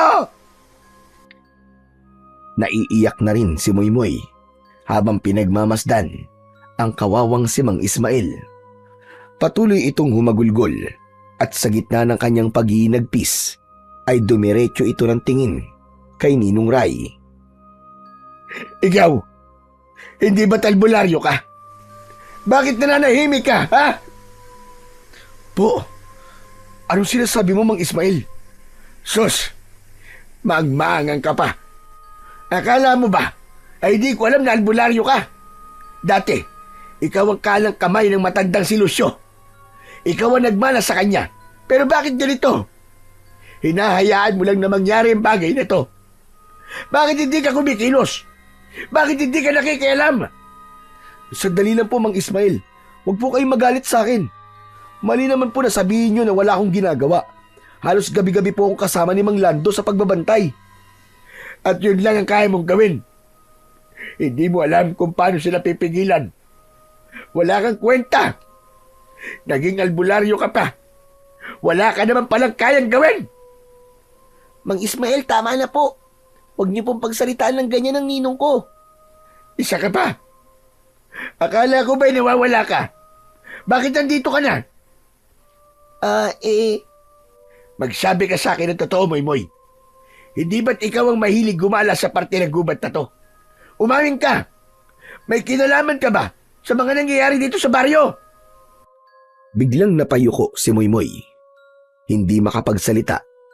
Naramdaman ng mainit na titig ng lahat ng tao na nakapaligid. Ang lahat ng atensyon ay napunta sa kanya. Sabihin mo sa amin ngayon, Moymoy. Nasaan ka nung may nangyaring masama dito sa baryo? Sandali lang.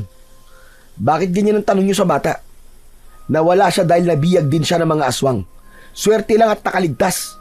Manahimik ka muna. Hindi ka man tinatanong ko. Ngayon mag-usap tayo ng malinaw. Paano kung isa dito sa baryo ang aswang na pumapatay? Paano kung isa sa atin ang pumatay sa anak ko? Kaya sagutin mo ko, Moymoy. Ano ba talaga ang totoo? Wala po akong kasalanan. Hindi po ako aswang. At hindi po ako ang pumatay sa anak niyo, Mang Ismael. Talaga ba? Kung ganun, bakit nun palagi ka namamasyal ng walang takot sa gubat at sa kung saan-saan? Saka sa lahat ng mga bata dito sa baryo, ikaw lang ang hindi nakikihalubilo. Palagi kang mag-isa.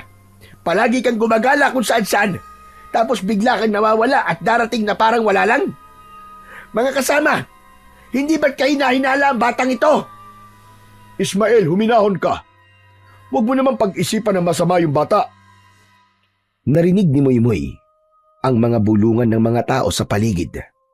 Bagamat pabulong, malinaw sa kanyang pandinig ang bawat salitang binibitiwan nila. May isang residente ang nagsabi na tama si Mang Ismael dahil palaging nawawala si Moymoy. Nagsimula ng mag-ingay ang mga tao. May mga nagsabi na kailangang palayasin kung talagang siya ang may kasalanan. Napatingin si Ninong Ray kay Moymoy. Kita rin ang takot sa mga mata niya. Nag-alala siya sa maaaring gawin ng mga tao sa kanyang pamangkin. Kaya naman tumayo siya sa harap ng lahat at tinaasan ang kanyang boses. Tama na! Tama na! Natatakot na ang bata sa mga ginagawa at sinasabi nyo. Huwag kayong basta-basta ng bibintang, lalo na kung wala naman kayong ebidensya. Lahat naman tayo dito nasasaktan na. Lahat tayo natatakot. Pero hindi ibig sabihin nun na pwede na tayo magturo ng kahit na sino. Paano kung inosente siya? Si Moymoy, hindi siya isang aswang. Matagal ko na siyang kasama. Ako nag-aalaga sa kanya. Kaya alam ko ang totoo. Humina saglit ang ingay ng mga tao. pero may ilang pa ring hindi kumbinsido. Mga kababaryo, tama si Ray. Huwag naman ganyan. Ako mismo bilang kapitbahay nila, alam ko na inosente itong bata. Oo, hindi siya mahilig makihilubilo sa iba, pero mabait at magalang na bata ito.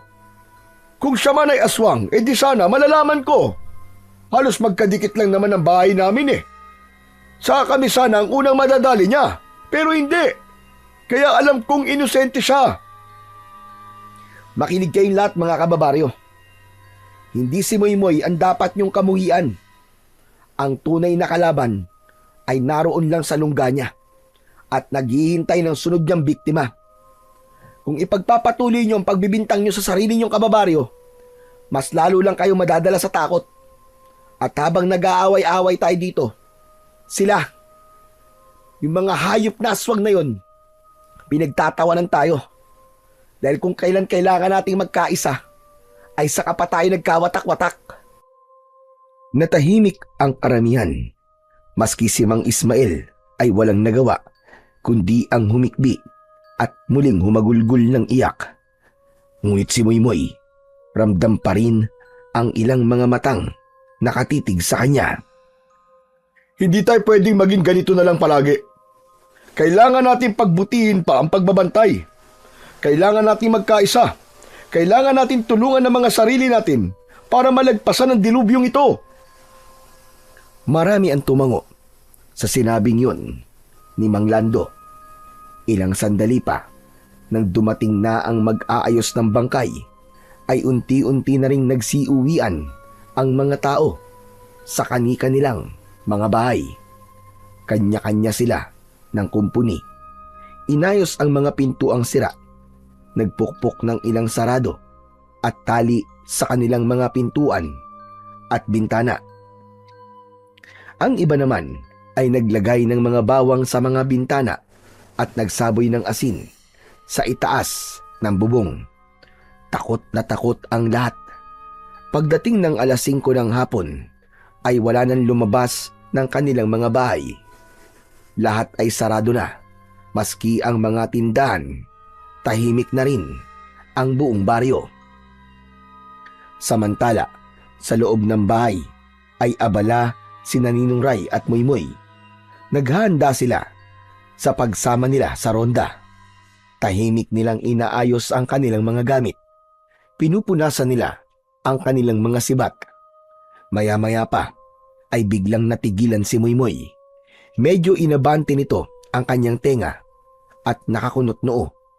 Tila may inaaninag na tunog mula sa malayo. Nang hindi makontento, ay lumapit siya sa bintana at pinakinggang mabuti ang kakaibang tunog. Nakarinig siya ng alingaw-ngaw ng malakas na alulong ng mga aso, pero kakaiba ang tunog. Agad na nanindig ang kanyang balahibo.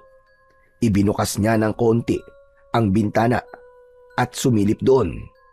Sa di kalayuan ay may napansin siyang anino na dumaan sa gilid ng gubat na natatanaw mula sa kanilang bahay. Mabilis ang galaw nito, pero dahil sa kapangyarihan na hawak niyang kristal na mata, malinaw niyang nakita kung ano yun. Isang aswang. Kahit mabilis ang kilos nito, animoy naging mabagal na pagong ang pagtakbo nito sa paningin ni Moymoy.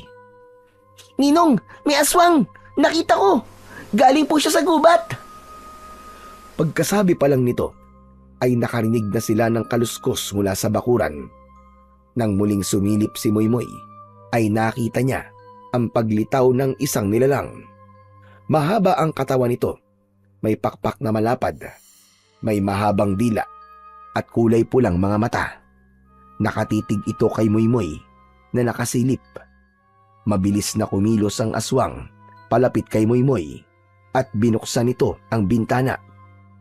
Malakas ang aswang, nasira at tuluyang bumigay ang kanilang bintana, dahilan upang mablot nito at mahawakan ang bata palabas ng bahay. Hindi! Moymoy! Labis ang pag-aalalang naramdaman ni Ray nang makita kung ano ang nangyari kay Moymoy.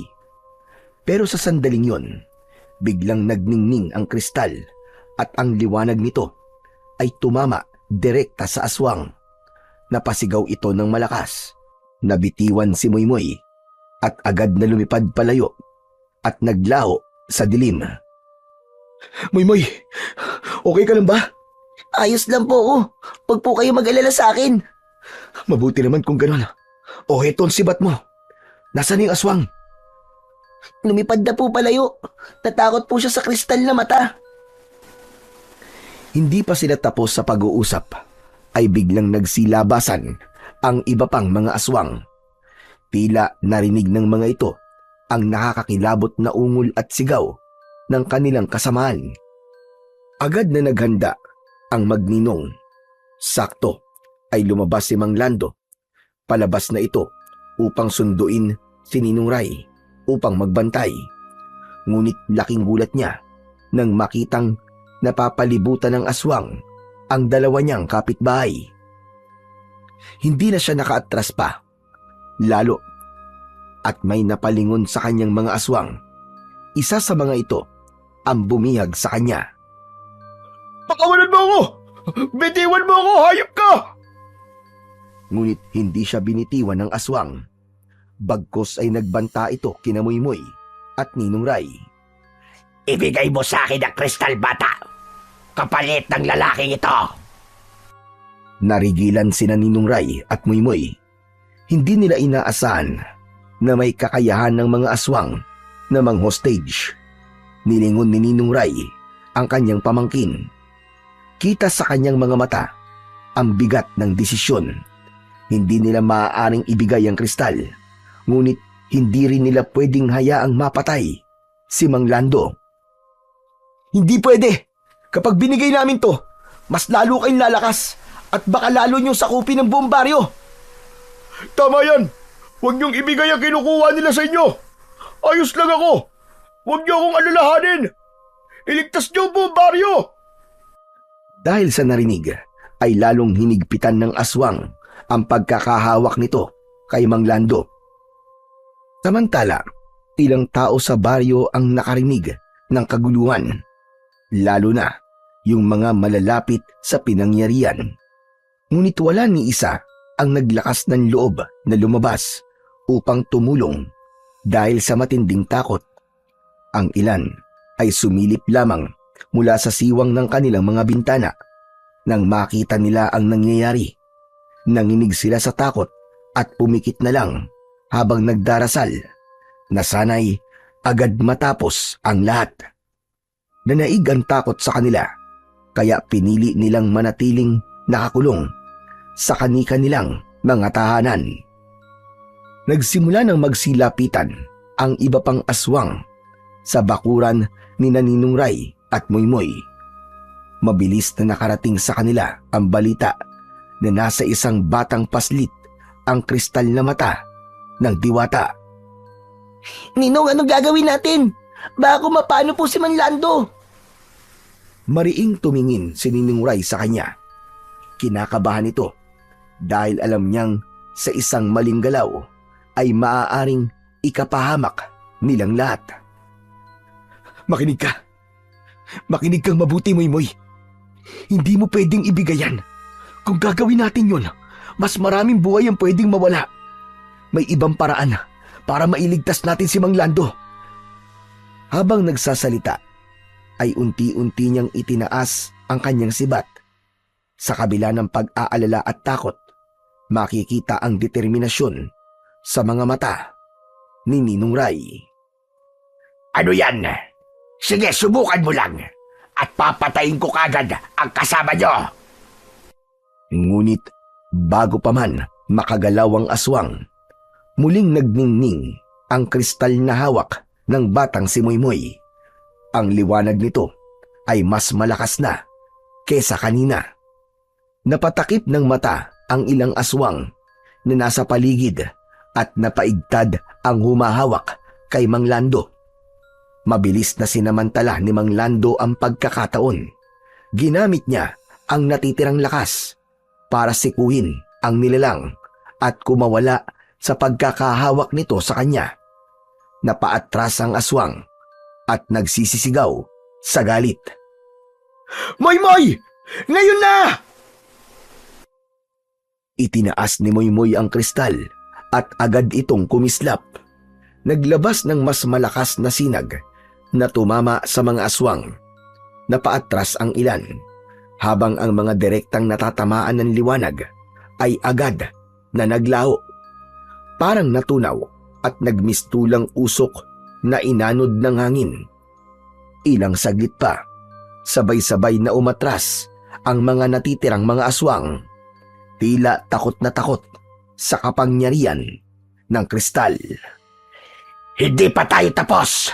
Babalik kami. At sa susunod, wala nang makakaligtas sa inyo. Mamamatay na kayong lahat. Isa-isang umatras ang mga aswang pabalik sa gubat. Naku, maraming salamat sa inyong dalawa. Salamat! Kung hindi dahil sa inyo, baka patay na ako ngayon. Wala po yun, Manlando. Magkakapit-bahay po tayo. Kaya kailangan nating magtulungan laban sa mga aswang. O paano? Ano na ang plano nyo ngayon? Susundan namin ang mga aswang. Kailangan nilang pagbayaran ang mga ginawa nila sa ating baryo. Sa lahat ng pagpatay nila. Kung ganun ay sasama ako. Kasanggan nyo ako sa laban na to. Bago sila umalis, ay napansin nilang nagbukas ng kanilang mga bahay ang kanilang mga kapitbahay. May mga lumabas, bit-bit ang kanilang mga sandata, mga itak, mahahabang punyal, sibat, at mga pana. Nilapitan nila ang tatlo. Nagsisisi sila na di lumabas kagad dahil sa takot. Ngunit nang masaksiyan nila ang kabayanihan ni Ninong Ray at Moymoy, ay nagising ang kanilang mga loob. Humingi sila ng tawad at sinabi na handa na silang makiisa. Tara na po. Tumakas na po mga aswang. Baka hindi na po natin sila maabutan. Agad na naglakad ang mga tao papunta sa gubat. Ngunit nang mapansin ni Moymoy na papalayo na ang mga ito, kaagad niyang tinawag ang kanyang kaibigang Tikbalang. Dumating naman ito kagad. Kinalabit niya ang kanyang Ninong Ray at nagulat ito nang makita ang Tikbalang. Nakangiti ito sa kanya at bumati. Subalit kailangan nilang magmadali. Agad na sumakay si Moymoy sa katawan ng Tikbalang at sa isang kisap mata, biglang nawala sa paningin ng lahat ang bata. Agad na nakalayo ang dalawa. Halos hindi na naaaninag ni Ray kung gaano kabilis ang pagtakbo ng Tikbalang. Hindi nagtagal, naamoy na ni Moymoy ang masangsang na halimuyak ng dugo at laman ng aswang. Sa dulo ng kagubatan, tanaw nila ang mga aswang na tumatakbo. Nagmamadali ang mga yon na makalayo, ngunit hindi sila nakatakas. Sa isang iglap, humarang sila sa daraanan ng mga aswang. Nagulat ang mga aswang, ngunit hindi sila nagpasindak kay Moymoy. Handa din silang labanan ito, maski may hawak itong isang malakas na kapangyarihan. Unang sumugod ang isang aswang. Mabilis na lumipad patungo sa bata. Ngunit bago pa ito makalapit, ay lumundag ang Tikbalang at tinadyakan ito ng malakas. Tumilapon ang nilalang at bumagsak sa lupa. Tumayo naman ng tuwid si Moymoy. Itinaas ang kanyang sibat. Naglabas ng liwanag ang kristal at ang buong katawan ng bata ay ginapangan ng liwanag na yon hanggang sa hawak niyang sibat. Kung ito kapalaran ko, tatapusin ko na kayo ngayon. Agad niyang inihampas ang sibat at tumama ito sa ulo ng isang aswang. Sa lakas ng tama, agad na nabasag ang bungo nito at nagkapira-piraso. Sabay-sabay naman sumugod ang iba pang mga aswang na naroroon. Ngunit biglang nag-alab ang kapangyarihang ipinagkaloob ng diwata. Mula sa sibat ni Moymoy sumiklab ang isang gintong apoy. Bagamat umaapoy ang sibat at kumikinang ang kristal, hindi siya nasusunog o napapaso man lang. Ito na ang inyong katapusan, mga kampo ng kadiliman! Isang aswang ang biglang sumugod mula sa itaas, ngunit mabilis na inikot ni Moymoy ang kanyang sibat. Tumama ang apoy dito at agad na nagliyab ang buong katawan ng halimaw hanggang sa maging abo. Agad namang lumingon ang bata nang naramdaman niya na may isa pang aswang na papasugod mula sa kanyang kanan. Walang pag-aalinlangang sinaksak niya ito gamit ang hawak na sibat. Sunod-sunod pa ang naging pag-atake ng ibang mga aswang. Ngunit isa-isa silang bumagsak. Nilalamon ng apoy at liwanag na nanggagaling sa sibat at sa kristal. Hanggang sa huli, isa na lamang ang natirang aswang. At sa takot, sinubukan nitong tumakas. Aba, tatakas ka! Hetong sayo! Ibinato niya ang sibat. Tumama ito sa aswang na lumilipad.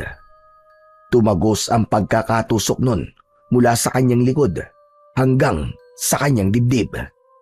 Napangiti ang batang si Moymoy. Bagamat hingal at pagod, agad niyang inutusan ang sibat na bumalik sa kanya. Sakto naman nang mahawakan niya ang sibat ay biglang nagdatingan ang mga tao. Laking pasasalamat nila nang makitang patay na ang ibang aswang at may nakita din silang bakas ng mga sunog at alikabok ng mga aswang. Sa gabing iyon ay natapos ang matinding labanan. Ang mga tao ay unti-unti nang nagsiuwi sa kanilang mga tahanan matapos masaksihan ang tapang ng bata. Hindi sila makapaniwala na isang bata ang kumalaban sa mga aswang at tinalo ang mga ito. Nakauwi na din ang tatlo. Si Mang Lando ay nanatili sa bahay ni Ninong Ray. Nagtimpla ito ng kape para sa kanila. Si Moymoy ay nakaupo sa balkon at tinatanaw ang gubat. Nang makitang tahimik na ang kagubatan at wala nang anumang banta na nakikita, napatingin siya sa kanyang suot na kwintas. Ang kristal na mata ay mahina na ang sinag. Ang galing mo! Alam mo bang mas matapang ka pa pala kaysa sa akin nun? Hindi naman po. Totoong sinasabi ko, iho. Mas matapang ka talaga. Dahil ako nun, kasama ko sa laban ng lolo ko, pero ikaw, nagawa mo ng mag-isa. Natalo mo silang lahat ng mag-isa. Nagawa mo ang tungkulin ng napakahusay. Napangiti si Moymoy sa sinabi ng kanyang tito Ninong. Wala siyang masabi sa papuri sa kanya. Masaya siya sa kanyang naririnig. Maya-maya pa ay lumapit na si Mang Lando. May dala itong 3 tasa na may lamang kape at gatas naman ang para kay Moymoy. Salamat sa iyo, Moymoy, ha? Salamat sa inyong dalawa. Kung hindi dahil sa inyo, sigurado akong di titigil ang mga aswang na yon na manamantala dito sa baryo natin. Akalain nyo, napakadami pala nilang aswang. Kaya nga po pero wag po kayo mag-alala. Magiging tahimik na po ngayon ang baryo natin. Dahil wala na po ang mga aswang. Kaya nga, at dahil sa iyo yun, at dahil sa inyo, manunumbalik na ang kapayapaan at katahimikan dito sa ating baryo. Tahimik silang uminom ng kape. Napangiti si Mang Lando. Buti na lang at natapos din ang bangungot na ito. Sa wakas, makakainom na ulit tayo ng kape na walang kaba sa dibdib. Oo nga, kahit mapait ang kape, matamis pa rin ang pakiramdam dahil alam nating ligtas ang lahat. Si Moymoy naman ay masayang nakatingin sa kanilang dalawa. Para sa kanya, simple lang ang sandaling yun. Pero napakahalaga. Samantala, makalipas ang ilang araw, habang siya ay nag-iisa sa bahay, ay naisipan niyang dalawin sa may talon ang kanyang mga kaibigan. Pagdating pa lang niya doon, ay nagpakita na sa kanya ang diwata, ang kapre, diwende, at ang tikbalang. Moy Moy, tapos na ang tungkulin ng kristal na mata sa'yo. Panahon na para ito ay ibalik. Umahimik si Moymoy. Hindi niya alam kung matutuwa siya o malulungkot. Ang kapangyarihang yung kasi, kapag nawala sa kanya, alam niyang pati ang mga kaibigan niya ay hindi na niya makikita. Katulad ng kanyang Ninong Ray, ala-ala na lang ang matitira sa kanya. Ngunit naiintindihan niya ang sinabi ng diwata at kailangan niya yung gawin. Heto na po ang kristal. Mahal na diwatang luwalhati. Maraming salamat po. Dahan-dahan niyang inabot ang kristal na mata sa diwata. At nang mahawakan ito ng diwata, bigla itong nagningning bago tuluyang naglaho na parang usok. Ilang saglit pa, marahang inalis ng diwata ang piring sa kanyang bulag na mata. Napanganga si Moymoy nang makita yun. Hindi siya makapaniwala na ang simpleng pagbabalik ng kristal ay nagdulot ng ganong himala. Mahal na diwata, napakaganda po ng inyong mata. Napakaganda po ninyo. Ngumiti ang diwata kay Moymoy. Marahan na hinaplos ang buhok ng bata. Dahil sa kabutihan ng puso mo at sa sinabi mong yan, gagantimpalahan kita. Mananatili sa iyo ang inahan sa aking kapangyarihan, lalo na ang kakayahang magpagaling sa mga taong nais mong tulungan. Talaga po? Naku, maraming salamat po, mahal na diwatang luwalhati. Pagkasabi niya nito, bigla siyang nakaramdam ng matinding antok. Napapikit siya ng pusa at nang muli niyang idilat ang kanyang mga mata, ay nasa sariling higaan na siya. Pagkapa niya ng kanyang leeg, ay wala na sa kanya ang kanyang kwintas. Lumabas siya ng silid at nakita niya sa sala ang kanyang tito Ninong. Oh, mabuti naman at nakauwi ka na. Saan ka na naman ba galing, bata ka? Ay, pasensya na po, Ninong. Last na po yun. Naisoli ko na po ang mata ng diwata. Agad na naunawaan ni Ninong Ray ang sinabi ng bata. Tahimik na ngumiti si Moymoy at agad na sinabi sa kanyang ninong ang gantimpalang kanyang natanggap mula sa diwata. Ang kapangyarihang makapagpagaling ng karamdaman. Dahil sa sinabing yun ng bata, ay nagsimula silang dalawa ng kanyang Ninong Ray na tumanggap ng mga nagkakasakit na kababaryo. At totoo ngang sa pagtutulungan nila, nagagawa nilang pagalingin ang mga taong may sakit. Lumipas ang maraming taon, naging binata na si Moymoy. At sa loob ng maraming taong lumipas, silang dalawa ng kanyang Ninong Ray ay naging tanyag at nakilala bilang mga magagaling na albularyo, hindi lang sa kanilang lugar, kundi maging sa buong probinsya.